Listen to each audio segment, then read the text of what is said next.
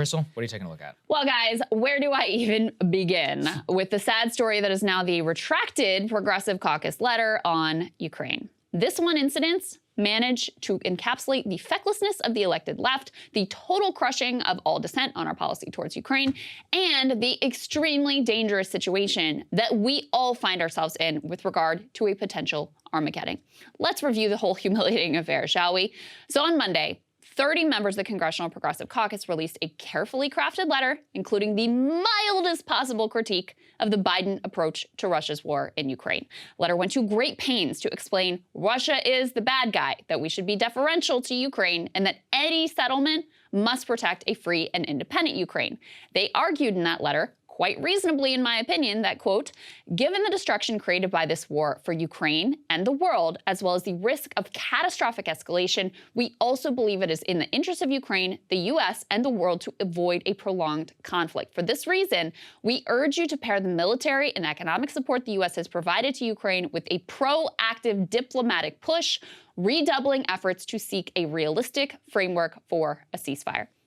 How can you even disagree with that?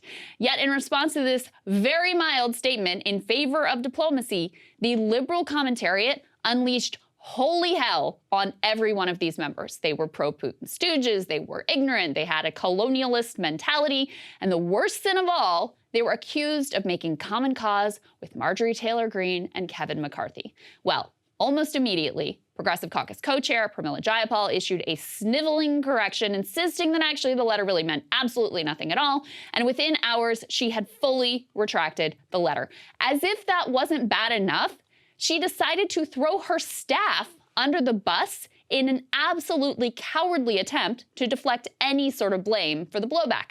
In her statement retracting the letter, Jayapal claimed that the letter had been, quote, drafted several months ago, but unfortunately was released by staff without vetting. Give me a break.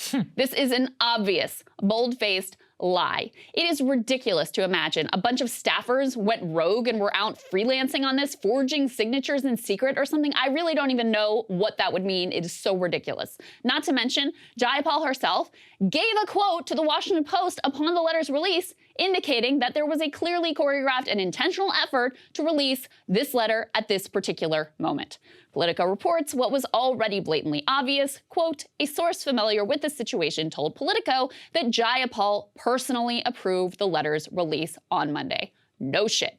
You see, Jayapal is rumored to be angling for a leadership role, and even the hint that she was crosswise with Democratic Party elite orthodoxy was apparently enough for her to immediately supplicate herself to the party bosses and shamefully blame her workers. Imagine being unwilling to hold your position on something as truly existential as nuclear war because you want to preserve your ability to climb up in the swamp and took some heat from a bunch of idiots on Twitter. It is so pathetic, I have no words for it. For this reason and plenty of others, Jayapal has got to go as Progressive Caucus chair.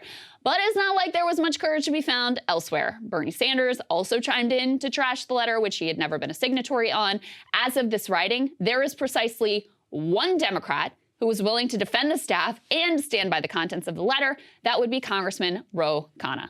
Well, Congresswoman Jayapal seemed to suggest that this letter was a mistake. It was drafted, signed several months ago, and she's rescinded it. Do you not support that move? I don't. I think the letter was common sense. I support making sure we arm Ukraine and provide arms to Ukraine and continue to fund it. But I also believe that the president, as he said, we're at a risk of nuclear war. Don't you think our counterparts should be talking to Russia? Of course they should, to make sure that it doesn't escalate.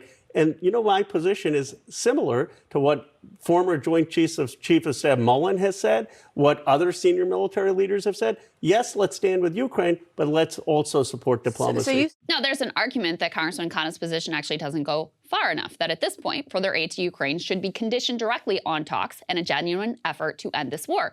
But the really stunning thing to me is that Khanna's view, which is apparently considered totally out of bounds by party electeds and by the liberal commentariat, that is the majority mainstream view of the American public. It's very clear. According to a Quincy Institute Data for Progress poll, 57% of Americans support diplomatic negotiations as soon as possible to end the war in Ukraine, even if it requires Ukraine making compromises with Russia. That position actually arguably goes further than the position of that now retracted letter, which didn't actually specify that we should be willing to compromise with Russia. And almost half of respondents, 47%, went much further than the letter, explicitly saying we should only send further aid if we are engaged in diplomacy to try to end the war. Actually, today, the fringe view is the one you see commonly espoused on Twitter and on cable news, which is that the U.S. needs to send even more aid to Ukraine. Back in March, 42% of the public said we were not providing enough support. That number has fallen precipitously and today stands at just 18%. I cannot tell you how incredibly disturbing and dangerous it is that as we face down the possibility of continued escalation, up to and including the possibility of a nuclear war, there is literally zero room for dissent in the party that is now in power. Even as the president openly admits that we face potential nuclear Armageddon, you are not allowed to disagree with their current posture of endless war to weaken Russia by even 1 millimeter.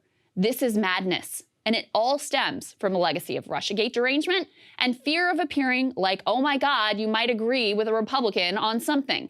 That was maybe to me the most disturbing part of Jayapal's retraction statement. She wrote, quote, "The proximity of these statements created the unfortunate appearance that Democrats are somehow aligned with Republicans who seek to pull the plug on American support for President Zelensky and the Ukrainian forces. It is so incredibly grim that we have become such an unserious country that our leaders base their views on matters as important as war and peace, life and death, on whatever happens to be the opposite of what Marjorie Taylor Greene just said?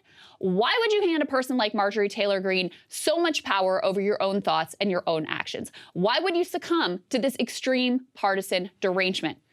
Branko Marcetic points out on Twitter that this is a stark contrast from the last similar nuclear brinksmanship that was the Cuban Missile Crisis. "I've spent the past couple of weeks," he writes, "reading U.S. press coverage of the Cuban Missile Crisis at the time, and it's hard to really articulate how extreme and unhinged today's media discourse is by comparison, even as we similarly inch toward nuclear catastrophe. As one example, 4 days into the crisis, there were widespread reports that JFK was open to talking with Khrushchev when he was visiting the U.S. for a UN summit. That was thought pretty normal. Today, a Biden-Putin meeting is a political non-starter." That's what he wrote.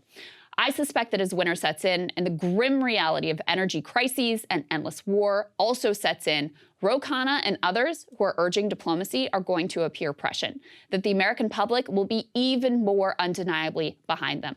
Let's just all hope that we make it until then." And Saagar, there is so much I am disgusted with.